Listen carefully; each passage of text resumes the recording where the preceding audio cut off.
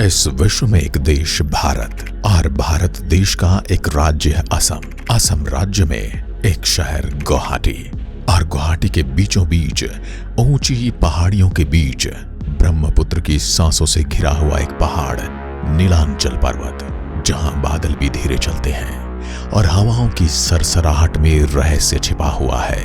इन्हीं पहाड़ियों के बीच, इन्हीं पहाड़ियों के अंदर एक मंदिर, जो सिर्फ एक मंदिर नहीं है, ये है जीवित शक्ति मां। मैं बात कर रहा हूं मां कामाख्या की।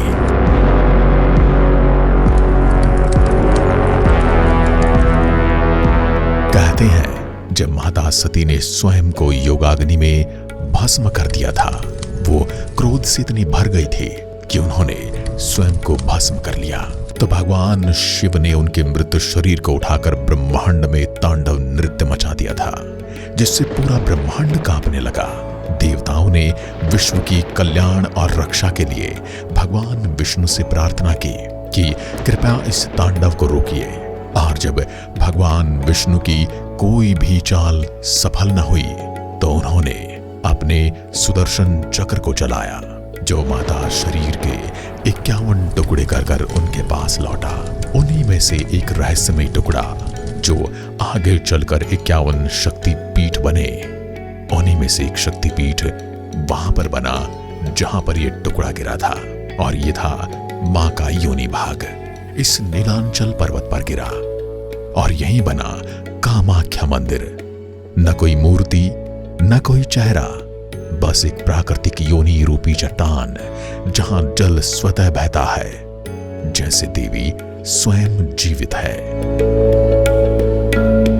कई सदियां बीती, राज्य बदले, राजा आए और गए, लेकिन यह स्थान यहीं बना रहा, एहसासों से भी परे, इतिहास के धागों में लिपटा हुआ किसी की प्रतीक्षा कर रहा था।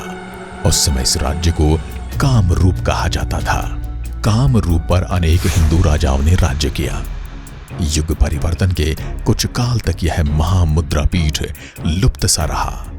बाद में कामाख्या मंदिर का निर्माण एवं जीर्णोद्धार करने वालों में कामदेव, नरकासुर, विश्वसिंह, नर नारायण और चिल्लाराय, अहोम राज्य आदि के नामों लिखित मिलते हैं। अहोम से ही अहम और फिर असम राज्य का नाम पड़ा। ये सभी कामरूप के राजा थे। कामरूप राज्य का अहोम ही असोम हो गया। कामरूप तथा पर्वत के चतुर्दिक अनेक तीर्थ स्थल हैं। कामाख्या मंदिर के 5 किलोमीटर के अंदर जितने भी तीर्थ स्थल आते हैं, वो सभी कामाख्या महापीठ के ही अंगीभूत तीर्थ के नाम से पुराणों में वर्णित हैं। ऐसा ही अंग्रेजी कैलेंडर की 16वीं शताब्दी के प्रथमांश में कामरूप के राजाओं में युद्ध होते रहे, जिसमें राजा विश्वसिंह विजयी होकर संपूर्ण कामरूप के छत्र राजा बने।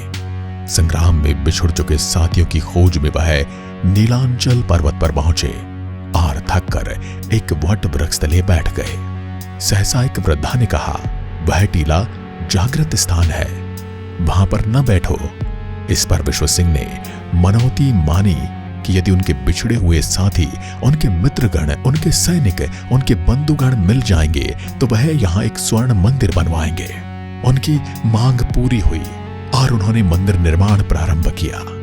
खुदाई के दौरान यहाँ कामदेव के मूल कामाख्या पीठ का निचला भाग बाहर निकल आया। राजा ने उसी के ऊपर मंदिर निर्माण करवाया तथा स्वर्ण मंदिर के स्थान पर प्रत्येक ईंट के भीतर एक रत्ती सोना रखा। उनकी मृत्यु के पश्चात काला पहाड़ ने मंदिर ध्वस्त कर दिया। तब विष्णु सिंह के पुत्र नर नारायण, जिन्हें मल्लदेव भी कहा जाता है, ने अपने अनुज शुक्ल ध्वज, जिन्हें चिल्लाराय कहा जाता है, वो उनके सेनापति भी थे, 1565 ईस्वी में वर्तमान मंदिर का पुनः निर्माण करवाया।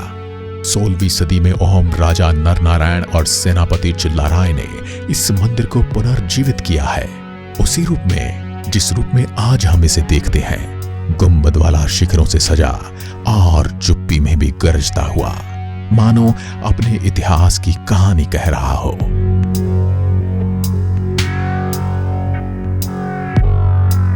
लेकिन मां कामाख्या सिर्फ एक पूजा की जगह नहीं है। यहां हर साल होता है अनोखा पर्व, जिसे कहा जाता है अंबुबाची मेला। जून की गर्म हवाओं के बीच जब धरती तप रही होती है, तब मां 3 दिन तक रजस्वला होती है। हाँ, देवी मासिक धर्म में होती है और तब मंदिर के द्वार बंद कर दिए जाते हैं।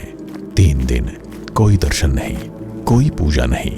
चौथे दिन जब पट खुलते हैं तो हजारों लोग उमड़ पड़ते हैं देवी की पुनर्जन्म जैसी उपस्थिति को देखने के लिए।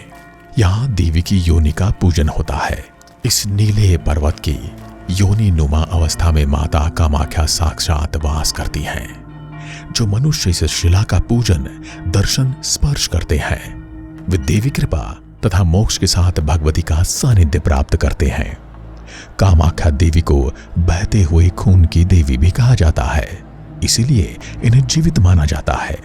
यहाँ देवी के गर्भ और योनि को मंदिर के गर्भगृह में रखा गया है। इस दौरान देवी अपने मासिक चक्र में होती है और इस दौरान यहाँ स्थित ब्रह्मपुत्र नदी लाल हो जाती है।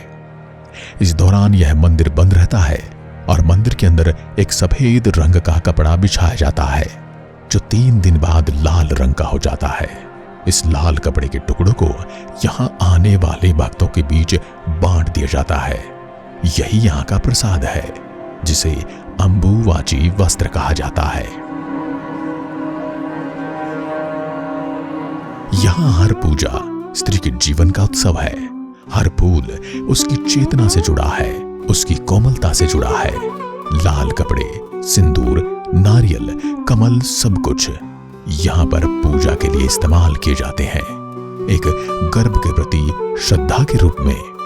कोई पुजारी नहीं कहता कि देवी यहाँ पर विराजमान है, सब कहते हैं वो है, बस है। कामाख्या मंदिर सिर्फ एक शक्ति पीठ नहीं है, ये तंत्र का धड़कता हुआ हृदय है। बड़े बड़े तांत्रिक तंत्र साधना के लिए मां की उपासना करते हैं। तंत्र साधना को आप नकारात्मक न लें, क्योंकि कुछ लोग तंत्र के माध्यम से ईश्वर की प्राप्ति करते हैं, उन्हें तांत्रिक कहा जाता है। सिद्ध, साधक, तांत्रिक सब यहाँ मां की कृपा पाने के लिए आते हैं। दुनिया भर से लोग कुछ सिद्धियां मांगने और कुछ खुद को मां को समर्पित करने आते हैं।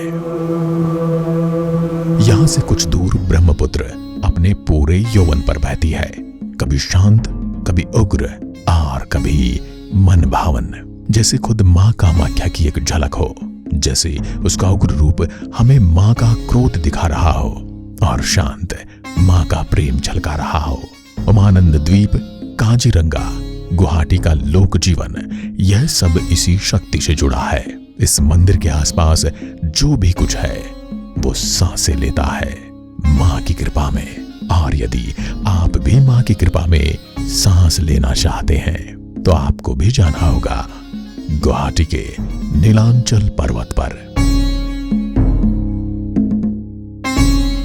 यहां आने के लिए आपको कोई नहीं रोक सकता, यदि मां ने आपको बुलाया है। गुवाहाटी स्टेशन से बस 8 किलोमीटर की दूरी पर है यह मंदिर। टैक्सी, बस, ऑटो सब कुछ है यहाँ। और यदि तुम यहाँ से पैदल जाने का निर्णय लेते हो तो आपको हर कदम पर लगेगा जैसे कोई अदृश्य शक्ति तुम्हारा मार्गदर्शन कर रही है। मैं कामाख्या हूं, न सिर्फ पूजी जाती हूं बल्कि मुझे यहां जिया जाता है। हर स्त्री की शक्ति, हर पुरुष की श्रद्धा, हर आत्मा की खोज मुझसे होकर गुजरती है। आओ और मुझ में खुद को विसर्जित कर दो। माता के प्रेम के लिए माता की गोद में सिर रखना ही पड़ता है, क्योंकि जहां मैं हूं वहां प्रेम की असीमित नदी बहती है, एक धारा बहती है जिससे लौटना संभव है। और जो लोग लौट कर आते हैं वो हमेशा मेरे प्रेम को महसूस करते हैं, क्योंकि अब तुम मेरे हो और जो मेरा है वह कभी अशांत और दुखी नहीं रहता। आज की वीडियो में बस इतना ही। यदि आपने इस मंदिर का भ्रमण किया है तो कमेंट में जय मां कामाख्या अवश्य लिखें। जय हिंद, जय भारत।